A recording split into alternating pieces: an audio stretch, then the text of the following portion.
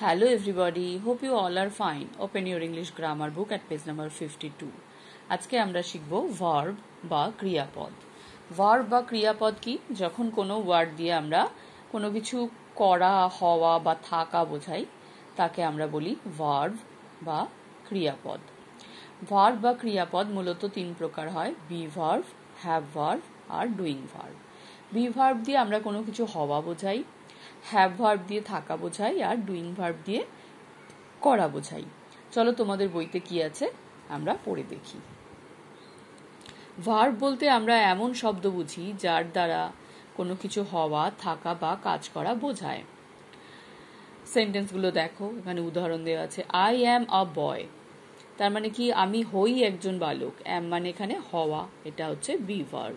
He is a doctor, তিনি হন একজন ডাক্তার। ইজ এখানে হওয়া বোঝাচ্ছে, এটা be verb. You are a girl, এখানে দেখো আর শব্দটা হওয়া বোঝাচ্ছে, তুমি হও বালিকা, এটা বি ভার্ব। এইভাবে বাক্যের মধ্যে তোমরা সহজেই বি ভার্বকে চিহ্নিত করতে পারবে। আবার দেখো, হি ওয়াজ আ গুড বয়, সে একটা ভালো ছেলে ছিল। এখানে ওয়াজ মানে আগে ছিল, হতো, সেটা বোঝাচ্ছে, এটা কিন্তু পাস্ট ফর্মে বি ভার্ব। তাহলে অ্যাম, ইজ, আর এগুলো হচ্ছে প্রেজেন্ট ফর্ম, ওয়াজ, ওয়্যার এগুলো হচ্ছে পাস্ট ফর্ম। এখানে am, is, are, was, were, will be শব্দগুলো সাবজেক্ট বা কর্তার কিছু হওয়া বোঝাচ্ছে। কি বোঝাচ্ছে? হওয়া প্রকাশ করছে।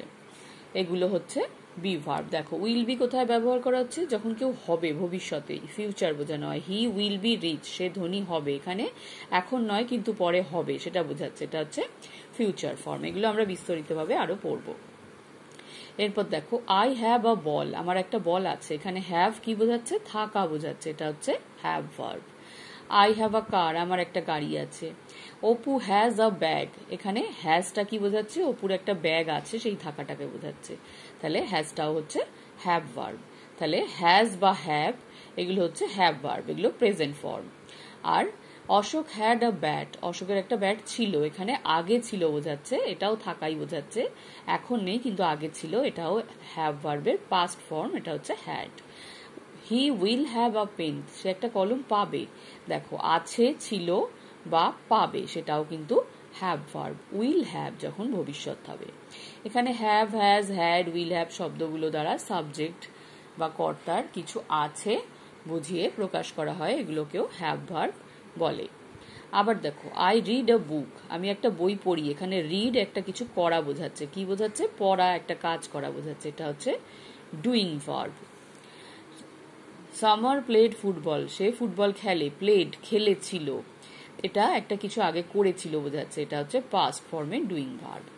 দে এট রাইস, দে ইট রাইস, সে তারা ভাত খায়। এখানে ইট খায়, একটা কাজ করে, খাওয়া কাজটা করে, সেটা বোঝাচ্ছে, এটাও ডুইং ভার্ব। দেখো, এইভাবে এখানে রিড, প্লেড, আরো কিছু সেন্টেন্স দেওয়া আছে, সেখানে সিংস, উইল সিং এই কথাগুলো আছে। এগুলো সাবজেক্ট কোনো কিছু ভবিষ্যতে করবে এরকম বুঝিয়েছে বা করে এরকম বুঝিয়েছে। এগুলোকে কি বলা হবে? Doing verb. এই ভার্বগুলি গ্রামারে অ্যাকশন ভার্ব নামে পরিচিত। এই ডুইং ভার্বগুলোকে আমরা আর কি বলি? অ্যাকশন ভার্বও বলি, অর্থাৎ যেগুলো কোনো কাজ করা বোঝায়। তাহলে ডুইং ভার্ব আর অ্যাকশন ভার্ব কিন্তু একই জিনিস। আচ্ছা, এখানে উইলটা দেখো, এটা বলা হয়নি। দ্য গার্ল উইল সিং, যখন ভবিষ্যতে কোনো কাজ কেউ করবে বোঝায়, সেখানে আমরা স্যাল বা উইল ব্যবহার করি ওই ভার্বটার আগে। এখানে উইল সিং, এটা ফিউচার ফর্ম অ্যাকশন ভার্ব বা ডুইং ভার্বের। What is a verb? Verb কাকে বলে? A verb is a word used for indicating being, having or doing something. ভার্বটি কি? ভার্ব শব্দটি কি বোঝায়? কিছু হওয়া, বিং মানে হওয়া, হ্যাভিং মানে থাকা বা কিছু করা, অর্থাৎ ডুইং বোঝানোর জন্য ব্যবহার করা হয়। টেন্স অফ ভার্ব, ভার্বের টেন্স বা কাল। তোমরা এই সম্পর্কে কিছুটা ধারণা রেখেছো, আগে তোমরা শিখেছো। এখানে চলো আমরা যে ভার্বগুলো সম্পর্কে আলোচনা করছি তার বিভিন্ন টেন্সে কিভাবে লেখা হয় সেগুলো দেখি। ভার্বের কাজ কখন ঘটে বা ঘটেছে বা কখন ঘটেছিল বা ঘটবে, সেগুলি তার কালের বা টাইমের ওপর নির্ভর করে। ভার্বের বা ক্রিয়ার এই কালকেই টেন্স বলে। তাহলে সেই কাজটা এখন হচ্ছে, পরে হবে, না আগে হয়েছিল, একেই বলা হয় ভার্বের টেন্স, অর্থাৎ কাজটা হওয়া, করা বা থাকার সময়। দেখো বি ভার্ব, বি ভার্বের প্রেজেন্ট টেন্স, অর্থাৎ এখন কোনো কিছু কেউ হয় বা কিছু হয়। কি হচ্ছে? আই অ্যাম আমি হই, ইউ আর তুমি হও, হি ইজ সে হয়। এগুলো হচ্ছে সিঙ্গুলারে ফার্স্ট, সেকেন্ড, থার্ড পার্সন। প্লুরালে কি হবে?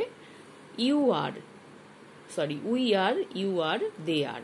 তাহলে আমরা কি দেখছি? আমরা ফার্স্ট পার্সন সিঙ্গুলারে অ্যাম আর প্লুরালে আর ব্যবহার করছি। সেকেন্ড পার্সনে আমরা সিঙ্গুলার প্লুরাল, সিঙ্গুলার প্লুরাল দুটোতেই আর ব্যবহার করছি। থার্ড পার্সনে আমরা সিঙ্গুলারে ইজ এবং প্লুরালে আর ব্যবহার করছি। দেখো I am storing, I am strong আমি বলবান, ইউ আর বিজি তুমি ব্যস্ত, হি ইজ পোলাইট সে বিনয়ী। তো দেখো এখানে আমরা অ্যাম ইজ আর ব্যবহার করছি প্রেজেন্ট ফর্মে।